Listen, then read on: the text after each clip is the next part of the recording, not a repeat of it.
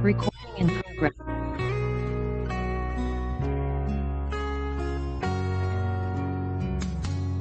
Di tempatku lahir, di negeri Indonesia, bertugas mengabdi kepada masyarakat dengan hati yang tulus, membantu masyarakat untuk mewujudkan Indonesia sehat. Bangkitkan semangatmu, bulatkanlah tekadmu, berikan pelayanan yang berkualitas sehat. Jadi bidan siaga, siap antar dan jaga untuk mewujudkan Indonesia sehat. Bangkitkan semangatmu, bulatkanlah tekadmu, berikan pelayanan yang berkualitas sehat.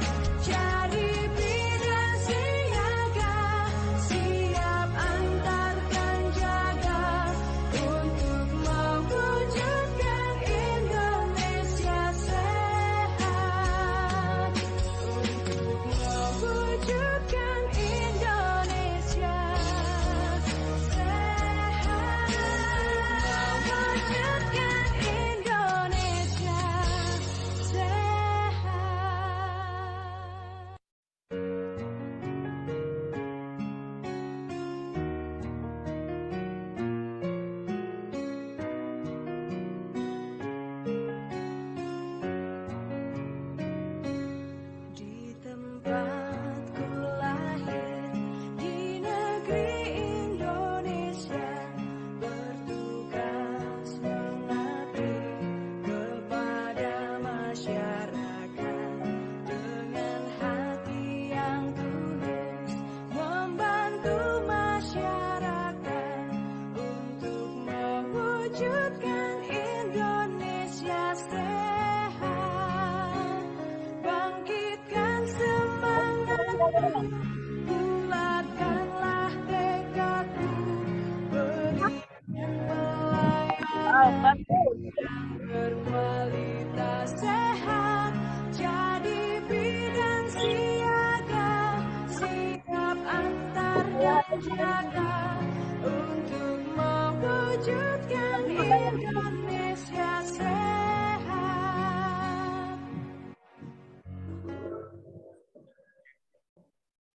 Selamat datang dan selamat bergabung kepada seluruh mahasiswa dalam acara kuliah umum Program Studi Pendidikan Profesi Bidan Program Profesi Fakultas Vokasi Universitas Indonesia Maju dengan tema Ibu Siap Bayi Sehat Series 5. Assalamualaikum warahmatullahi wabarakatuh. Selamat siang, selamat sejahtera bagi kita semua. Salam, Om Swastiastu, Namo Buddhaya, salam kebajikan. Sebelumnya, perkenalkan saya Salvia Darmi sebagai MC sekaligus moderator dalam kuliah umum hari ini. Selamat datang dan terima kasih telah hadir kepada yang terhormat Ibu Astrid Novita, SKM MKM, selaku Rektor Universitas Indonesia Maju. Yang terhormat Ibu Hidayani, AMKEP SKM MKM selaku Dekan Fakultas Vokasi Universitas Indonesia Maju. Yang kami hormati Bapak Hedi Herdiana, SKEP MKM selaku Wakil Dekan Fakultas Vokasi Universitas Indonesia Maju. Yang kami hormati Ibu Fani Hanifa, SST MKEP selaku Koordinator Program Studi Pendidikan Profesi Bidan Program Profesi Fakultas Vokasi Universitas Indonesia Maju. Yang kami hormati Ibu Retno Sugesti, SST MKes, selaku Koordinator Program Studi Sarjana Terapan Kebidanan. Dan yang kami hormati para narasumber kita, yaitu Ibu Aprilia Nancy, SST MKes, selaku narasumber pertama, dan Dr. Awidia Afiati, SPA, selaku narasumber kedua. Yang kami hormati juga Ibu Rizkiana Putri, SSTMK, selaku Korlitmas Fakultas Vokasi yang juga turut hadir hari ini. Yang kami hormati para dosen Universitas Indonesia Maju, dan yang kami sayangi rekan-rekan mahasiswa program studi pendidikan profesi bidan Fakultas Vokasi, baik pada program sarjana terapan maupun program profesi Universitas Indonesia Maju yang telah bergabung di Zoom pada hari ini. Baiklah, rekan-rekan mahasiswa, sebelum kita lanjutkan, rekan-rekan silahkan subscribe channel YouTube kami di Kebidanan UIMA Official, dan jangan lupa juga dinyalakan juga loncengnya agar jika kami ada streaming maupun video baru, nantinya yang diupload rekan-rekan akan menerima pemberitahuan. Nah, video-video pada channel YouTube Kebidanan UIMA Official yang mana banyak sekali edukasi dan ilmu yang bermanfaat. Silakan manfaatkan kemudahan teknologi ini ya untuk mengupdate terus ilmu kita. Jadi silakan klik langsung tombol subscribe-nya dan nyalakan lonceng dan notifikasinya. Baik, alhamdulillahirabbil alamin, kita tidak putus ya bersyukur kepada Tuhan Yang Maha Esa, meskipun dalam pandemi COVID-19 seperti saat sekarang ini banyak hal yang dibatasi, namun tidak menjadi halangan ya bagi kita untuk berbagi informasi dan pengalaman, terutama dalam pelayanan kesehatan kebidanan secara virtual.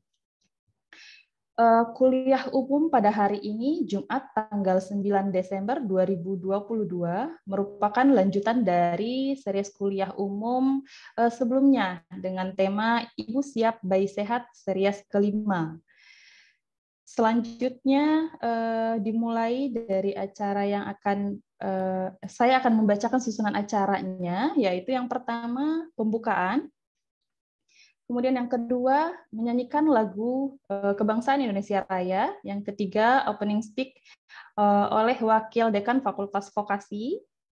Berikutnya, menyampaikan materi oleh narasumber kita yang pertama. Selanjutnya, penyampaian materi oleh narasumber kita yang kedua.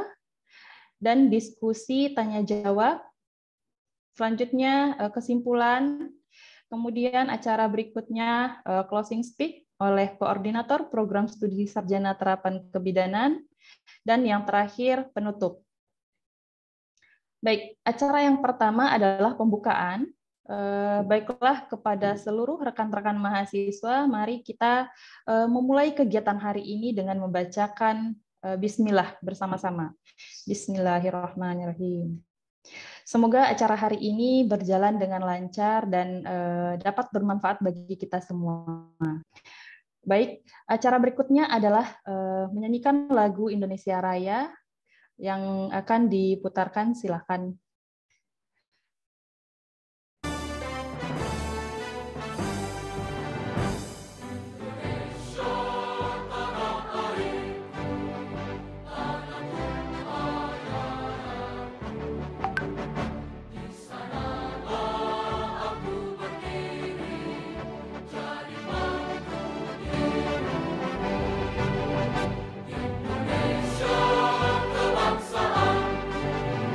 Bangsa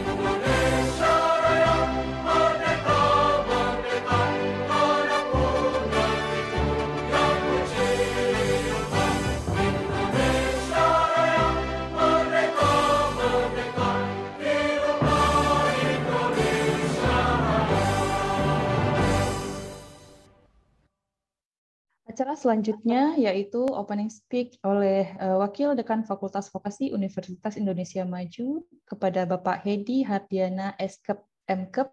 Dipersilahkan, Pak. Baik, terima kasih Bu Safia Darmi atas kesempatannya. Bismillahirrahmanirrahim. Assalamualaikum warahmatullahi wabarakatuh.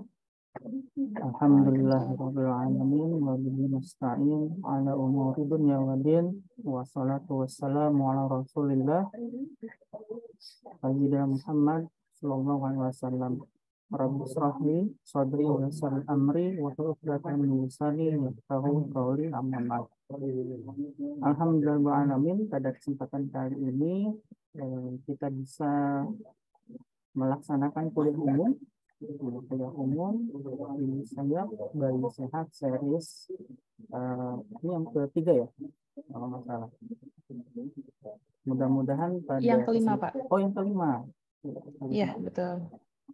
Mudah-mudahan pada series ini ya pada topik hari ini ibu-ibu dapat merecall kembali ataupun mengingat kembali gitu ya teori berkaitan dengan recap ya, tata laksana teori.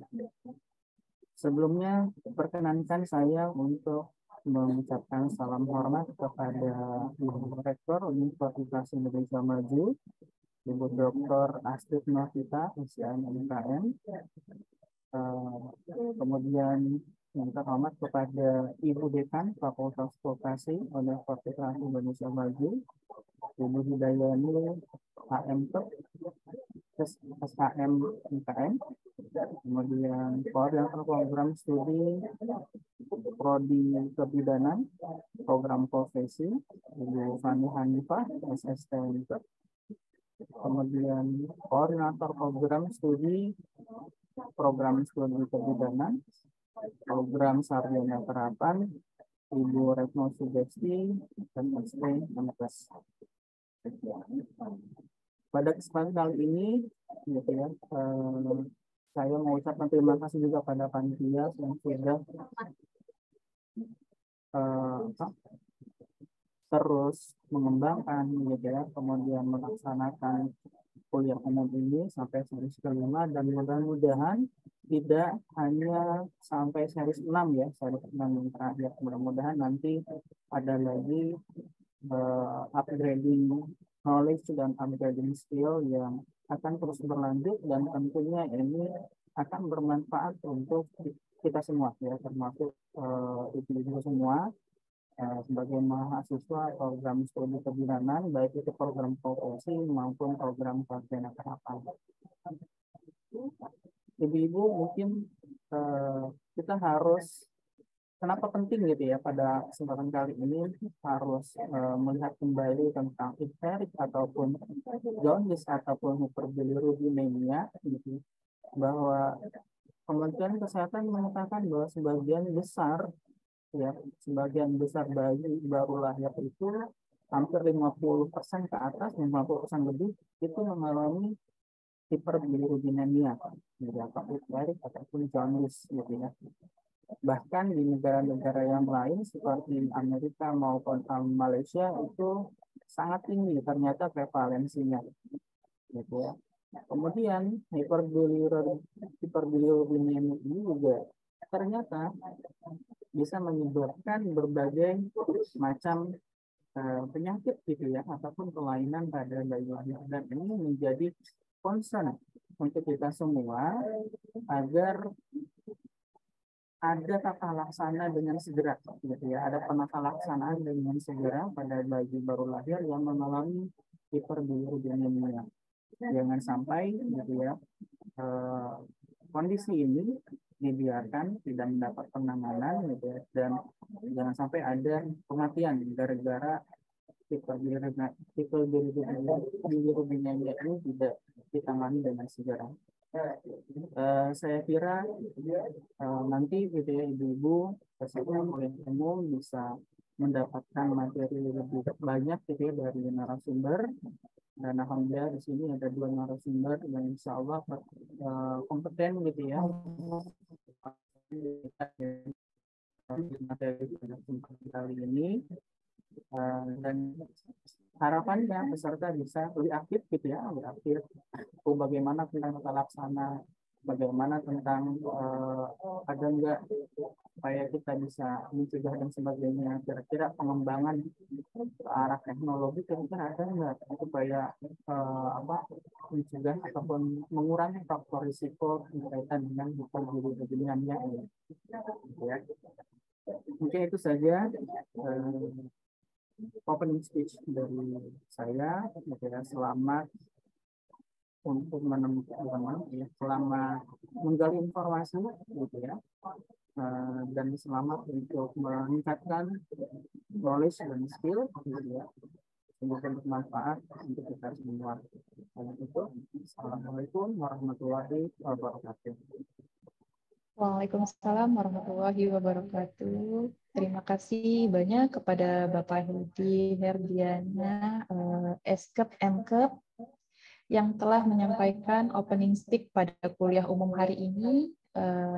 Jika ada kegiatan lain, dipersilahkan Pak untuk melanjutkan dan boleh meninggalkan Zoom. Baik, berikutnya rekan-rekan mahasiswa, saya umumkan untuk absensi, link absensi akan kami kirimkan melalui chat Zoom pada saat materi 2 telah disampaikan. Ya, nanti teman-teman silakan mengisi setelah link Zoom-nya dikirimkan atau di chat Zoom ya. Nah, untuk akhir pengisian absensi pada jam 15.30 atau sampai acara ini berakhir. Baik, acara selanjutnya merupakan penyampaian materi oleh narasumber pertama kita, yaitu Ibu April Nancy, SSTMKes, dengan materi tentang kenali ikterus pada bayi. Ya, baik, kita sapa terlebih dahulu Ibu April. Halo, Ibu April. Halo, Bu Fia. Ya, Bu April, apa kabar? Alhamdulillah baik ya, Insya Allah. Ya, baik. Sudah siap ya Bu ya untuk menyampaikan materi untuk kuliah umum hari ini. Untuk itu kami persilahkan kepada Bu April. Baik, terima kasih Ibu Moderator. Assalamualaikum warahmatullahi wabarakatuh. Selamat siang, salam sejahtera untuk kita semuanya. Yang terhormat Ibu Dr. Astrid Novita, SKM MKM, selaku Rektor Universitas Indonesia Maju. Yang terhormat Bapak Nurs Susaldi, SSTM Biomed, selaku Rektor 1 Universitas Indonesia Maju. Yang terhormat Ibu Dr. Windu, SAM, MKes, selaku Wakil Rektor 2 Universitas Indonesia Maju. Yang terhormat Ibu Hidayani, AMKep, SKM MKM, selaku Dekan Vokasi Universitas Indonesia Maju. Yang terhormat Bapak Hedi, Eskep MKes, selaku Wakil Dekan Vokasi Universitas Indonesia Maju. Yang terhormat Ibu Fani Hanifah, SST MKep, selaku Koordinator Program Studi Pendidikan Program Bidan Program Profesi Fakultas Vokasi Universitas Indonesia Maju. Yang terhormat Ibu Retno Sugesti, SSTMKes, selaku Koordinator Program Studi Kebidanan Program Sarjana Terapan Universitas Indonesia Maju. Yang terhormat narasumber Ibu Dr. Aulia, ya, SPA, dan dosen dan seluruh dosen Universitas Indonesia Maju. Dan yang paling kami banggakan, ya, seluruh peserta kuliah umum yang hadir pada siang hari ini. Baik, mudah-mudahan masih pada fokus ya, masih pada semangat, karena ini sudah jam-jamnya ini ya, habis makan siang gitu ya. Jadi mudah-mudahan tetap semangatnya. Baik, terima kasih atas kesempatan yang diberikan. Baiklah, langsung saja kita bersama-sama untuk mengulas kembali terkait materi yang tentunya sudah tidak asing lagi ya bagi para bidan, bagi teman-teman semuanya ya, yaitu tentang ikterus neonatorum. Oke, next boleh ya. Nah, ikterus neonatorum ini sebuah kondisi kadar bilirubin dalam darah yang meningkat, menyebabkan warna kulit dan mata bayi berubah menjadi kuning. Nah, bilirubin ini adalah zat ya, zat sisa pembuangan dari proses pergantian sel-sel darah merah. Nah, bilirubin ini harusnya dikelola oleh hati gitu ya, dan dikeluarkan melalui urin dan feses. Pada bayi kadang fungsi hatinya belum begitu sempurna ya, sehingga harus beradaptasi. Nah, ketika di dalam kandungan, bilirubin ini diolah oleh plasenta, lalu ketika sudah lahir plasenta dipotong gitu ya, sehingga diolah langsung oleh hati atau liver ya. Nah, masalahnya nih terkadang hatinya belum siap gitu ya, sehingga bilirubinnya menumpuk dan akhirnya tinggi sehingga bayi mengalami kuning. Nah, ikterus pada bayi ini terjadi 60% pada bayi yang lahir dengan cukup bulan ya, dan 80% terjadi pada bayi prematur.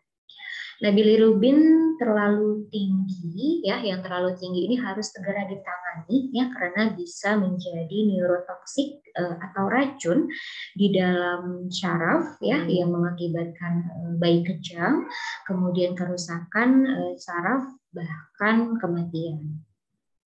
Next. Oke. Di sini ada ikterus terbagi menjadi dua ya, fisiologis yang normal dan patologis yang abnormal. Normalnya kadar bilirubin pada bayi akan meningkat ya di hari kedua hingga hari ketiga dan memuncak ya, puncaknya peningkatan di hari kelima ya hingga hari ketujuh. Lalu berangsur-angsur menurun pada hari ke-10 hingga hari ke-14. Nah, batas maksimal peningkatan kadar bilirubin masih dikatakan normal jika masih 10 mg per dl ya. Nah, jika bayi tidak mengalami ikterus, maka kadar bilirubinnya yang harusnya ya yang bagus itu di bawah 5 mg per dl setiap harinya. Nah, di sini ada ikterus patologis tadi ya, atau tidak normal. Nah, bila ikterus ini muncul ya, biasanya munculnya sebelum bayi berusia 24 jam ya, sudah muncul ini. Kemudian dalam kondisi ikterus ini menetap lebih dari 14 hari gitu ya. Nah, kemudian bisa jika dilihat dari derajat Kramernya ini sudah lebih dari Kramer 2. Nanti kita akan di slide berikutnya akan ada Kramer ya, berapa saja. Nah, dan ikterus ini disertai dengan perubahan warna pada tinja ya, biasanya warna putih ya pada tinjanya ya atau fesesnya, kemudian air seninya ya, urinnya berubah menjadi lebih gelap ya seperti air teh. Oke, next. Nah, kita bisa inspeksi ya atau melihat kuningnya pada bayi itu di skala berapa ya. Biasanya ini kita melihat dulu ya, ini sudah derajat Kramernya berapa gitu ya. Berdasarkan derajat Kramer, ikterus itu terbagi menjadi Kramer 1 hingga Kramer 5 gitu ya. Yang mana untuk Kramer 1 ini apabila kulit bayi yang kuning hanya di area kepalanya saja ya hingga leher ya. Jadi kepala hingga leher itu ya Kramer 1 dan kadar bilirubinnya pada Kramer 1 ini berkisar 4 hingga 8 miligram per dl. Nah, kemudian untuk Kramer 2 ya meliputi area bagian tubuh atas ya hingga batas pusat dengan kadar bilirubin biasanya ini antara 5 hingga 12 mg per dl. Di kadar di Kramer derajat Kramer ketiga ya kuning sudah sampai bagian tubuh ya tubuh bawah dengan batas lutut. Nah, ini kadar bilirubinnya berkisar antara 8 hingga 16 mg per dl. Kramer 4 ya kuning ya menjalar hingga lengan dan tungkai ya tungkai bawah ini ya dan kadar bilirubinnya berkisar 11 hingga 8 mg per dl. Dan terakhir di Kramer 5 ini ya sudah hampir keseluruhannya ya sudah meliputi telapak tangan dan telapak kakinya. Nah, ini dengan kadar bilirubin biasanya sudah melebihi dari 18 mg per dl. Oke, next. Oke, ini ada penyebab bilirubin. Ini ya ada breastfeed Jaudiens ya. Breastfeed Jaudiens ini adalah kekurangan ASI ya. ASI memang kita ketahui ya adalah makanan terbaik bagi bayi ya yang memang dapat membantu memecahkan kadar bilirubin. Nah, biasanya di hari-hari pertama ibu masih sedikit dalam pengeluaran ASI-nya, belum banyak gitu ya sehingga asupan ASI-nya pun kurang gitu ya. Dan terkadang ada juga yang malas gitu ya, malas menyusui atau bayinya tidur dibiarin gitu ya. Jadi sehingga kurang juga atau mungkin memang cara menyusuinya yang kurang baik sehingga menyusui tidak maksimal gitu ya mengakibatkan bayi mengalami kuning.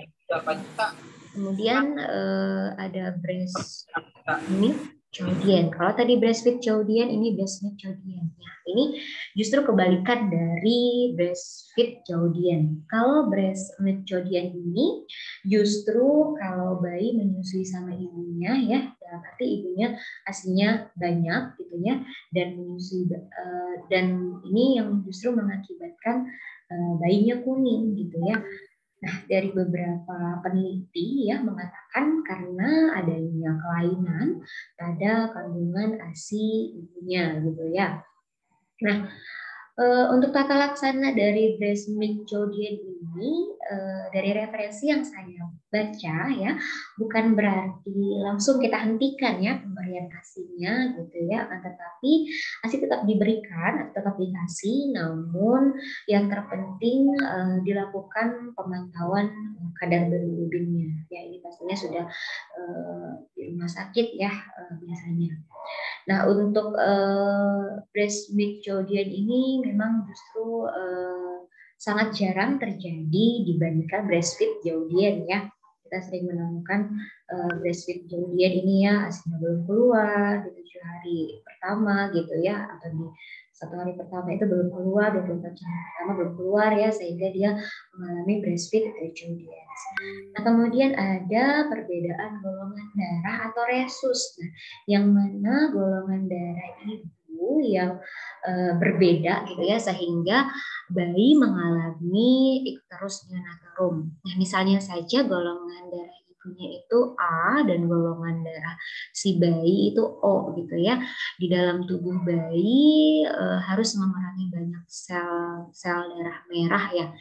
Karena ketika plasenta dipotong itu masih ada sisa dari ibu yang mengalir ke tubuh bayi yang dianggap oleh tubuh bayi itu adalah benda asing.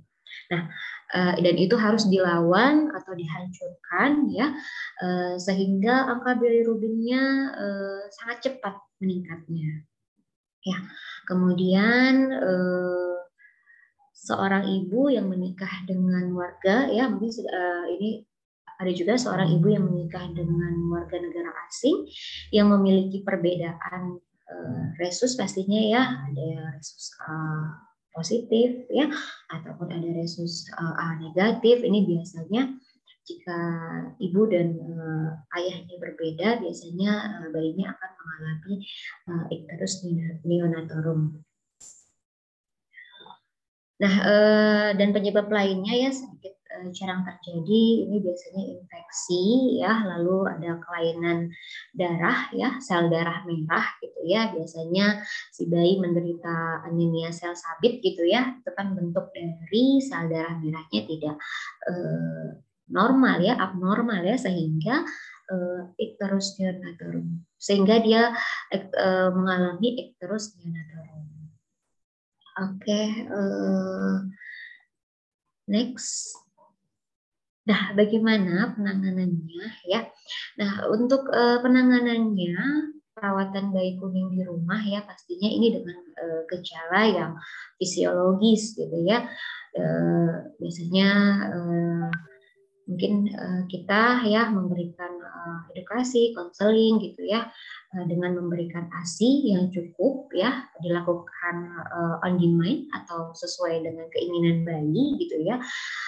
Jika bayi tidur ya, dibangunkan gitu ya, minimal 2 jam ya, 2 jam sekali harus disusui, atau dalam sehari itu 8 hingga 12 kali ya dalam pemberian ASI-nya.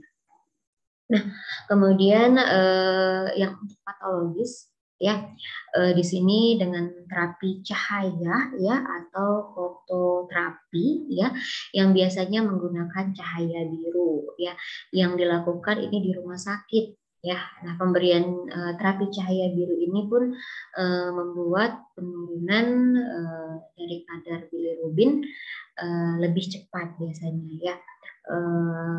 Kemudian dulu gitu ya, biasanya kalau orang awam ya itu menyarankan untuk dijemur saja gitu ya, dijemur gitu ya bayinya untuk biar nggak kuning gitu ya. Tapi itu untuk sekarang tidak disarankan lagi gitu ya, karena zaman dulu itu cahaya biru sampai ke bumi gitu ya. Nah, itu masih banyak, dan saat ini gitu ya kondisinya sudah tidak baik lagi gitu ya, lapisan ozon sudah menipis dan sudah banyak yang rusak gitu ya, sehingga cahaya yang masuk ke bumi pun sudah banyak yang buruk daripada yang baiknya gitu ya. Jadi kalau untuk menjemur bayi itu tujuannya agar mendapatkan hormon serotonin dan vitamin D ya pastinya ya, bukan untuk mengurangi dari kuning ini ya, kadar bilirubin ini. Nah, nanti untuk pengurangannya itu biasanya fototerapi ya, nanti dimasukin ke seperti oven ya, disinar atas bawah gitu ya. Nah, itu tidak bisa langsung ya, jadi itu memang harus dilakukan di rumah sakit dengan anjuran dokternya, ada berapa kalinya gitu ya. Kemudian yang ke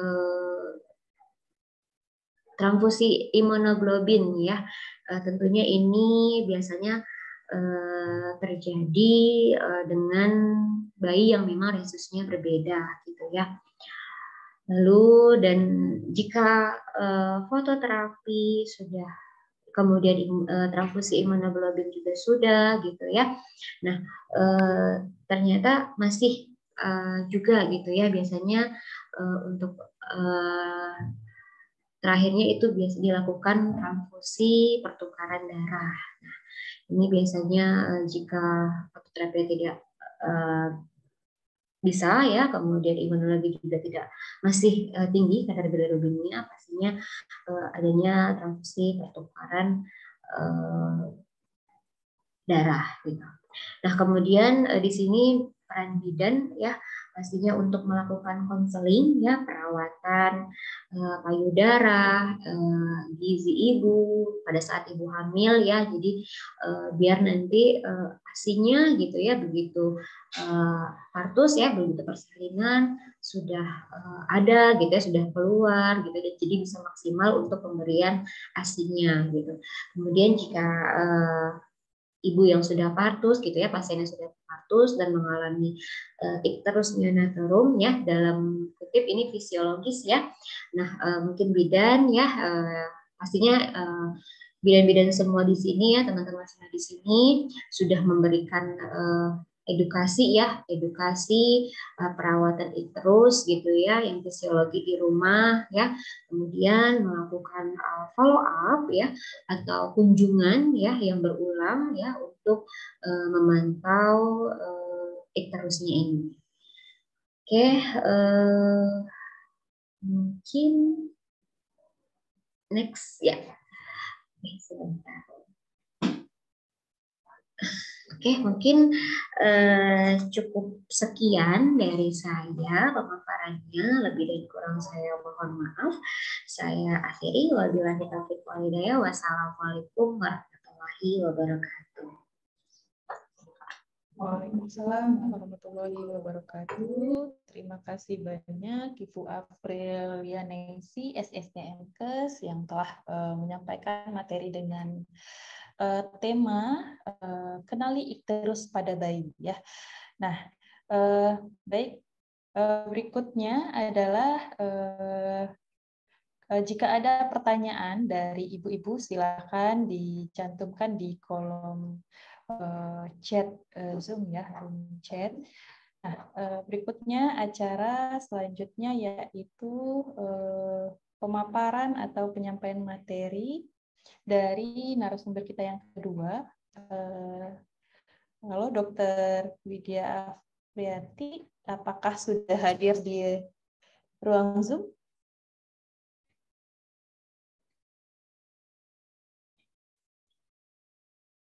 Ya, sepertinya belum ada ya. Halo, Dr. Widya. Baik, kalau belum ada, untuk sambil menunggu untuk narasumber yang kedua, mungkin boleh silakan ibu-ibu atau teman-teman mahasiswa untuk mengajukan pertanyaan ya di room chat ya, atau bisa ini ya, bisa langsung juga ya. Silakan. Ada yang mau bertanya? Atau kalau misalkan tidak mau langsung, boleh diketik di ini ya, di room chat ya. Baik. Jangan lupa menyampaikan, menuliskan nama. Baik, ini ada pertanyaan. Tanya, Bu. Ya, dengan Ibu siapa? Ibu Siti Komarianingsih. Ya, Ibu Siti Komaria. Silakan, Ibu. Tadi kan disampaikan jika yang perempuan menikah dengan yang dari luar, itu resus positifnya itu seperti apa? Mungkin bahayanya yang terjadi, kemungkinan terburuknya itu apa? Karena perbedaan resus. Ya, baik. Terima kasih Ibu untuk pertanyaan. Ibu siapa, mohon maaf? Siti Komarianingsih. Ibu Siti Komaria ya. Ya, Komarianingsih. Ya, resusnya berbeda ya dengan misalkan. Ya, resusnya berbeda. Jadi kemungkinan terburuknya itu apa gitu? Oke, risiko terburuknya gitu ya. Baik. Ya. Mungkin langsung saja kepada narasumber kita Ibu April untuk jawab pertanyaannya. Silakan Bu April. Ya, baik, terima kasih Bu Moderator. Ya, Ibu Siti. Ya, baik Bu Siti, tadi pertanyaannya dengan resus yang berbeda gitu ya Bu ya, ada perbedaan Ya, resus. betul. Apakah hal yang membuat terburuk gitu ya Bu ya? Apabila Faktor buruknya apa gitu. ya, gitu ya. Nah, tadi untuk bahaya dari ikterus ini gitu ya, jika dibiarkan gitu ya, akan adanya kerusakan saraf ya, kemudian kerusakan saraf yang mengakibatkan kejang ya, ataupun kerusakan sarafnya bahkan kematian gitu ya. Jadi memang di sini untuk perbedaan resus ini biasanya tidak apa ya, tidak bisa hanya fototerapi gitu ya. Dia adanya pertukaran transfusi imunoglobulin. Jadi dampak fatalnya apa ya? Pastinya ketika dia dibiarkan gitu ya, terusnya dibiarkan, nah ini akan menyebabkan kematian. Ini biasanya bayinya sudah berada di rumah sakit ya, tidak bisa kita tolong ya karena sudah masuk ke faktor patologis seperti itu. Bagaimana Bu Siti? Bagaimana Bu Siti? Jawabannya? Terima kasih. Ya, baik. Terima kasih Bu Siti. Berikutnya Bu April, ini masih ada pertanyaan dari Ibu Fuji Mahfujiah ya. Ibu mau bertanya, jika ASI-nya kurang, apakah sufor juga sama manfaatnya atau harus ASI saja? Nah, itu bagaimana itu Bu April? Silakan.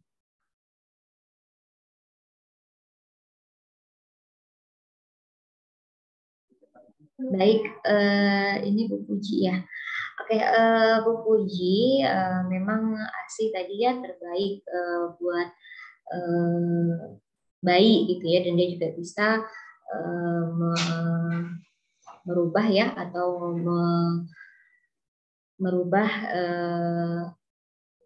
dari bilirubin ini ya, pergantian selnya itu juga bisa dipecah oleh ASI ini karena dia memecah kandungan dari bilirubin. Nah, di sini jika bayi yang dengan susu formula gitu ya, itu biasanya akan lebih lambat ya, lebih lambat untuk penurunan kadar bilirubinnya gitu ya. Jadi memang yang paling baik ya adalah ASI gitu ya Ibu ya. Tapi karena ASI ini tidak bisa disamakan dengan susu formula gitu ya, kandungannya pun juga berbeda gitu ya, tidak sesempurna dari ASI gitu ya, sehingga memang jika diberikan pun akan ada reaksi gitu ya, namun tidak signifikan gitu. Makanya ketika yang memang bayinya sudah di rumah sakit gitu ya, ibunya juga diminta untuk memberikan ASI-nya ya, jika ASI-nya sudah misalnya sudah keluarnya bagus gitu ya, tapi kalau memang belum, biasanya akan dibantu dengan tadi sinaran, kemudian dibantu juga dengan susu formula ya, dan obat-obatan gitu. Tapi lebih baik ya kita memberikan ASI gitu ya, walaupun mungkin ya hal yang paling ini terburuk komben gitu ya antara ASI dan susu formula seperti itu. Baik. Ya, baik begitu ya Bu untuk jawabannya. Berikutnya, apakah ada pertanyaan lagi? Ya.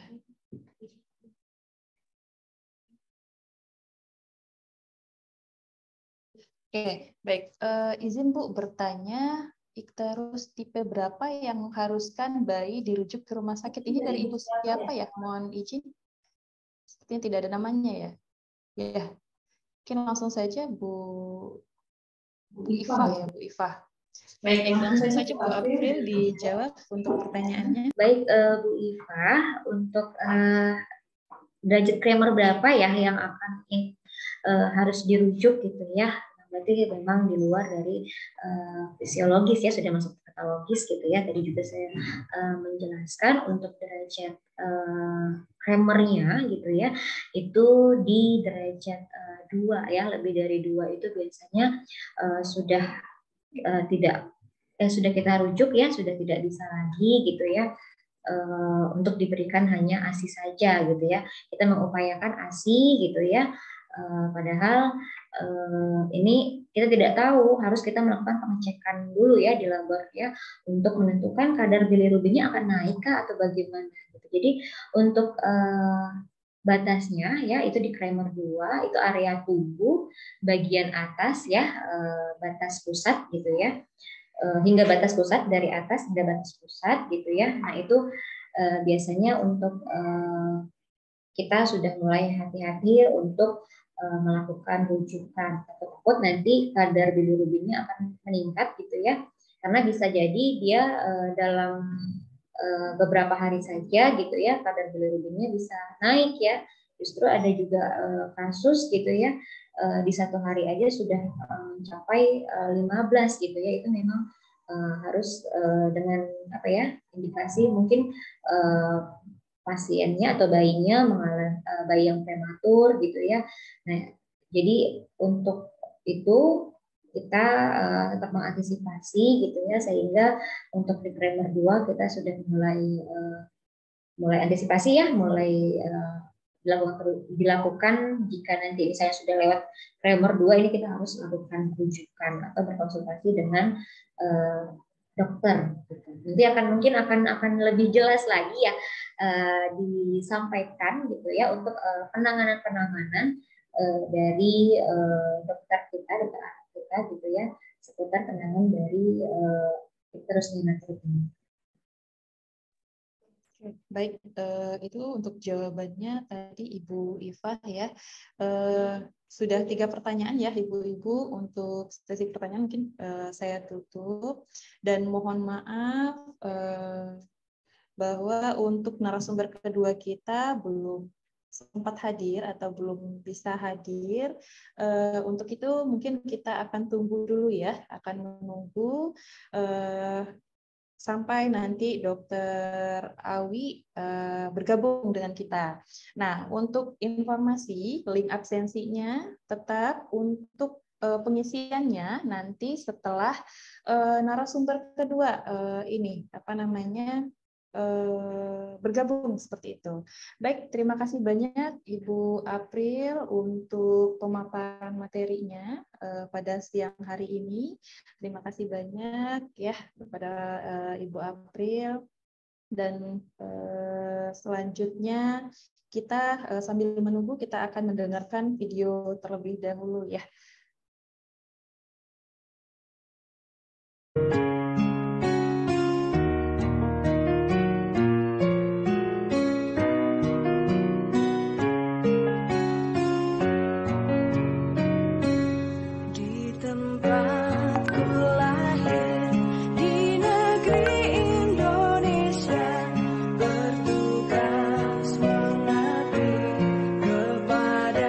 Masyarakat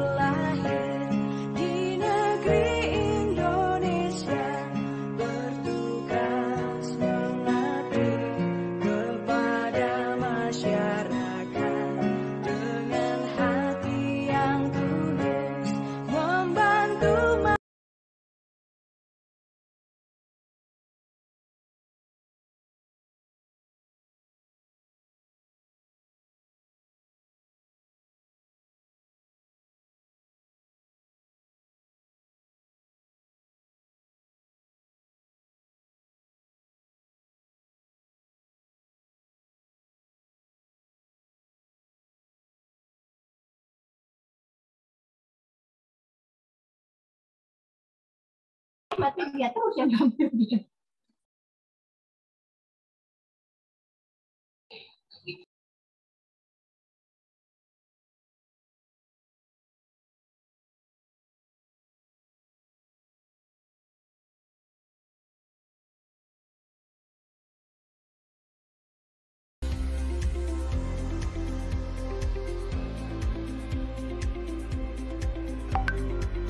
Stikes Indonesia Maju merupakan jantungnya sekolah tinggi kesehatan di Indonesia. Berdiri pada tahun 2000, kampus yang beralamatkan di Jalan Harapan nomor 50, Lenteng Agung, Jakarta Selatan, didirikan atas dasar rasa cinta tanah air dan ingin berkontribusi dalam mencerdaskan kehidupan bangsa melalui bidang pendidikan. Stikes Indonesia Maju berkomitmen dalam mencetak lulusan yang siap bersaing dan menjadi tenaga kesehatan yang profesional di bidang kesehatan. Sesuai dengan visinya, Stikes Indonesia Maju menjadi institusi yang berdaya saing nasional dalam pengembangan ilmu pengetahuan dan teknologi di bidang kesehatan melalui pengembangan masyarakat untuk meningkatkan derajat kesehatan.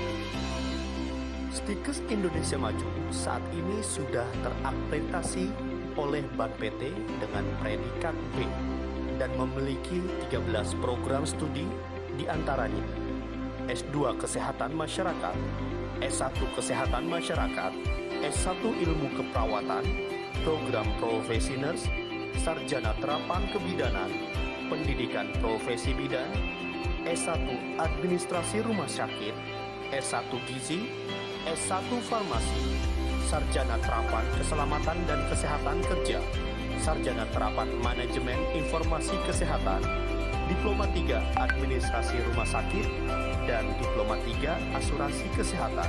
7 di antara program studi sudah terakreditasi B. Assalamualaikum warahmatullahi wabarakatuh.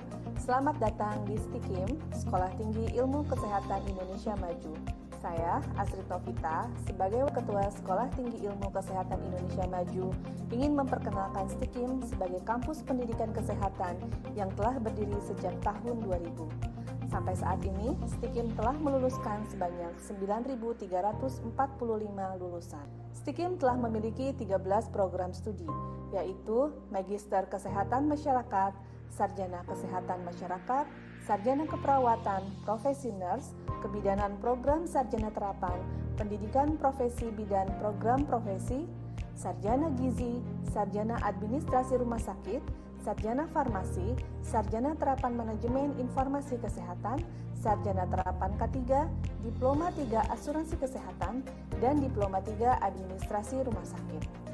STIKIM telah terakreditasi dengan predikat sangat baik. STIKIM memiliki visi pada tahun 2038 STIKIM menjadi institusi yang berdaya saing nasional dalam pengembangan ilmu pengetahuan dan teknologi di bidang kesehatan melalui pengembangan masyarakat untuk meningkatkan derajat kesehatan. STIKIM sedang berproses menjadi Universitas Indonesia Maju dengan konsep Health Tech berbasis komunitas. Besar harapan kami, STIKIM dapat terus berkembang menjadi kampus pendidikan kesehatan terdepan sesuai dengan moto kami, The Heart of Health School. Semoga STIKIM selalu memberikan manfaat dan dapat mencetak generasi untuk memajukan kesehatan Indonesia. STIKIM untuk Indonesia Maju.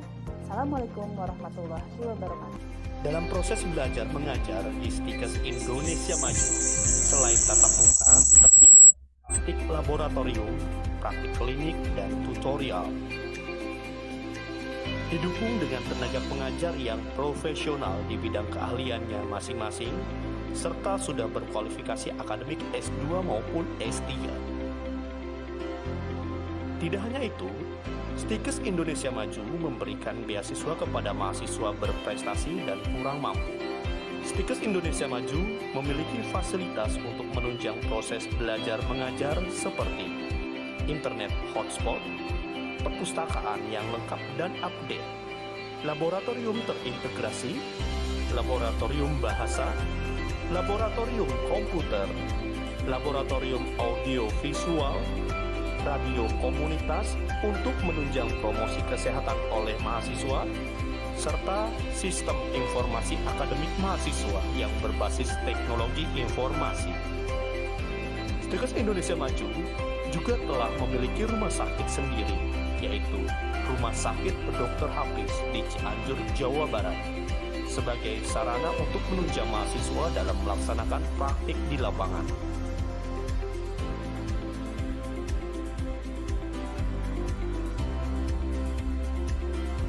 Stikes Indonesia Maju untuk masa depan yang lebih baik.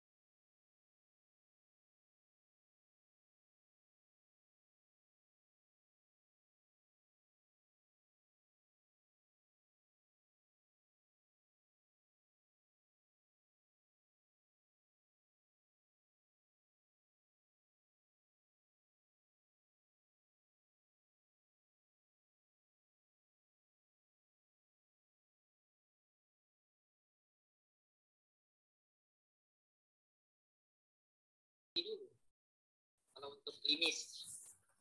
Ya. Kemudian solusi, memang kalau protein urinnya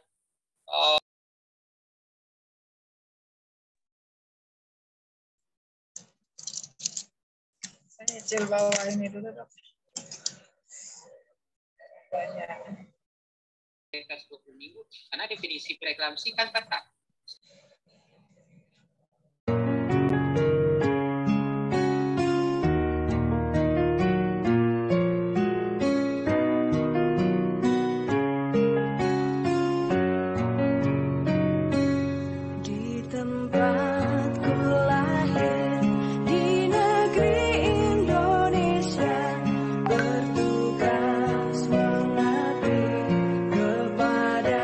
Masyarakat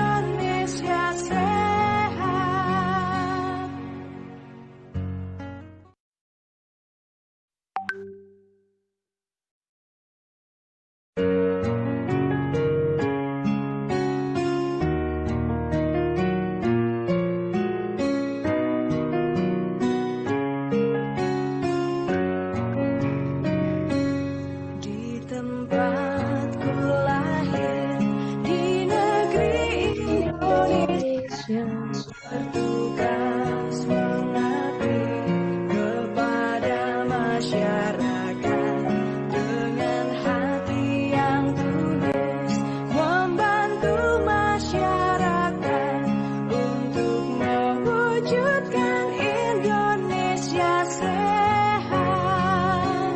Bangkitkan semangatmu, bulatkanlah tekadmu, berikan pelayanan yang berkualitas sehat.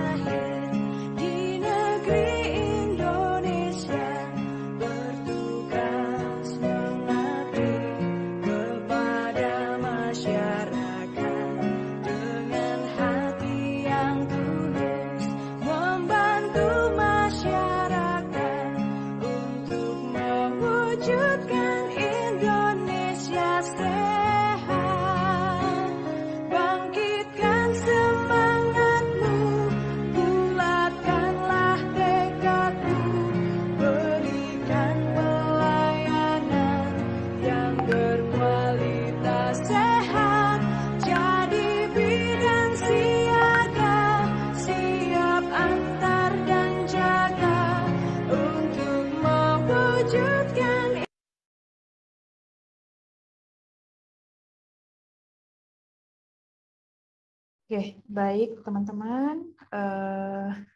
Tetap semangat ya teman-teman mahasiswa. Baik, selanjutnya kita masuk ke acara berikutnya, yaitu pemaparan materi yang kedua oleh narasumber kita yang kedua, Dr. Awidia Afiati SPA sudah bergabung. Halo dokter. Halo, assalamualaikum Ya, warahmatullahi waalaikumsalam. wabarakatuh. Ya, Waalaikumsalam warahmatullahi wabarakatuh. Apa kabar dok? ya baik, alhamdulillah. Ya, alhamdulillah. Mungkin langsung saja ya dok ya untuk pemaparan untuk materi yang kedua kepada Dokter Awi. Saya persilahkan.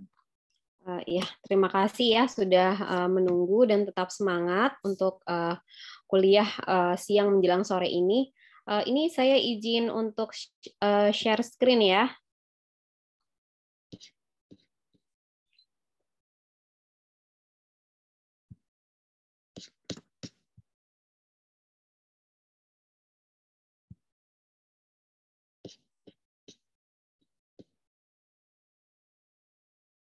Oke, ini sudah tampil ininya?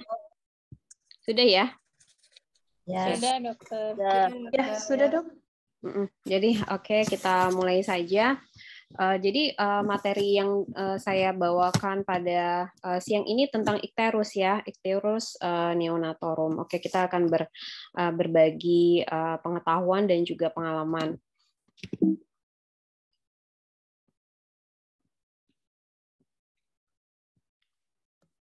Ini slide-nya sudah berpindah ya? Ya, sudah dok. Sudah ya, oke. Jadi kenapa kita terus Ichthyorus neonatorum ini seringkali kita kembali mengulang-ulang perkuliahan. Memang kondisi ini memang harus sangat diperhatikan karena pada bayi yang berisiko tinggi, pada high risk baby ini hiperbilirubinemia ini bisa menjadi sangat kuning yang bahkan mengancam persyarafan terutama, jadi menyebabkan kerusakan pada neurologis bahkan dan konsekuensi jangka panjangnya adalah dia irreversible, jadi tidak bisa diperbaiki, bahkan menyebabkan kerusakan yang permanen dan bisa juga menyebabkan kematian. Sehingga kita perlu memperhatikan kondisi ini. Semakin cepat kita tata laksana, maka luarannya hasilnya akan semakin baik. Ternyata hiperbilirubinemia pada neonatus ini terjadi pada 60% pada seluruh bayi-bayi yang lahir ya. Oke. Jadi kita total serum bilirubin itu kita katakan hiperbilirubinemia itu apabila itu lebih dari 1 mg per desiliter. Dan apabila total serum bilirubin ini lebih dari 5 mg per desiliter, bilirubin ini akan beredar di darah, kemudian dia akan mulai kelihatan klinisnya ya. Jadi matanya dan kulitnya ini akan tampak kuning atau kita sering sebut sebagai jaundice. Oke, jadi neonatal hiperbilirubinemia ini terjadi pada 60% dari seluruh kelahiran. Ya. Penyebabnya bisa macam-macam, bisa karena breastfeeding jaundice atau breast milk jaundice, nanti akan dijelaskan lebih lanjut. Penyebab yang tersering lagi itu adalah prematurity, kemudian terjadinya hemolisis, ada faktor genetik juga. Dan hanya 10% ini yang membutuhkan terapi. Oke, ini adalah siklus dari metabolisme bilirubin. Jadi bilirubin ini awalnya merupakan proses dari pemecahan Hb ya, hemoglobin. Dia menjadi hem, kemudian menjadi biliverdin, dan kemudian menjadi bilirubin yang belum terkonjugasi, kemudian menjadi bilirubin yang terkonjugasi. Nih. tipe-tipe dari hiperbilirubinemia neonatus ini ada yang fisiologis, jadi ini normal. Contohnya breastfeeding atau breast milk jaundice, bisa juga dia kuning yang patologis ya. Kalau penyebab hiperbilirubinemia pada bayi ini dibagi dua, bisa karena peningkatan produksi dari bilirubin yang produksinya yang meningkat ya, jadi seperti peningkatan turnover di sel darah merah, bisa juga karena masih rendahnya usia dari sel darah merah itu. Kemudian atau dia itu pengurangan dari ekskresinya, jadi ekskresinya berkurang sehingga dia akan meningkat pada satu minggu setelah lahir. Kenapa bisa ekskresinya berkurang? Karena pengambilan dari liver yang berkurang atau juga konjugasi bilirubin di hati yang rendah, dan sehingga level bilirubin di sirkulasi itu dia akan meningkat. Jadi umumnya kalau kita berbicara tentang kuning yang fisiologis ya, kuning normal, dia itu umumnya terjadi kenaikannya itu pada hari kedua dan ketiga. Jadi peaknya. Kemudian umumnya ini karena peningkatan dari bilirubin yang belum terkonjugasi. Kita bisa mempertimbangkan kemungkinan-kemungkinan kuning ini menjadi patologis apabila terlalu cepat. Jadi sebelum 24 jam klinisnya sudah kuning, atau dia terlalu lama. Jadi misalnya kuningnya itu timbulnya itu setelah 8 hari usia dari bayinya, atau setelah 14 hari. Atau dia terlalu tinggi, jadi kecepatan kenaikannya itu setiap harinya itu terlalu cepat, jadi 5 mg per desiliter per hari. Itu awas, hati-hati, ini merupakan kuning yang patologis. Nah, ini yang tadi ya, yang kuning yang fisiologis. Yang fisiologis itu adalah breastfeeding dan breast milk jaundice. Bedanya apa? Kalau breastfeeding jaundice ini dia onsetnya itu pada 1 minggu kehidupan, jadi early onset. Sedangkan breast milk jaundice ini adalah dia biasanya kuningnya itu terjadi setelah minggu pertama kehidupan. Kalau breastfeeding jaundice ini penyebabnya adalah kurang minum. Jadi ya kalau misalnya sering sekali kan ya kita lihat kalau bayi-bayi kuning pasti yang sering ditanyakan, bagaimana Bu minumnya sedikit ya.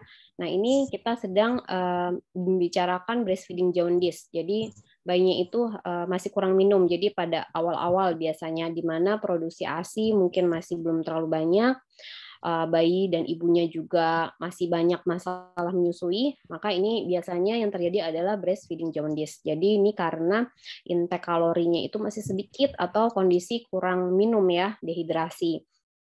Ciri-cirinya terdapat penurunan berat badan lebih dari 10%, yang ditandai juga dengan memang kering ya.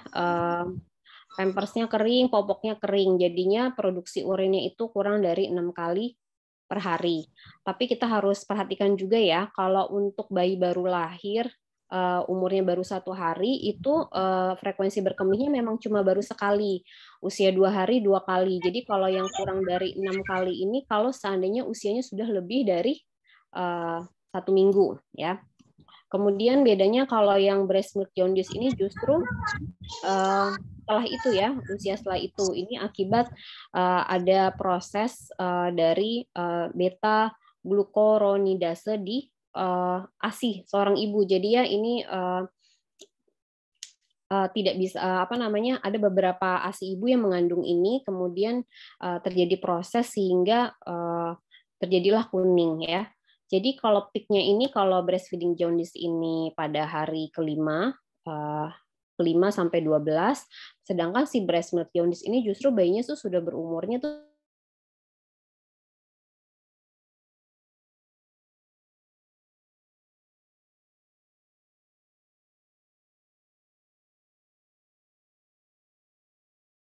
ya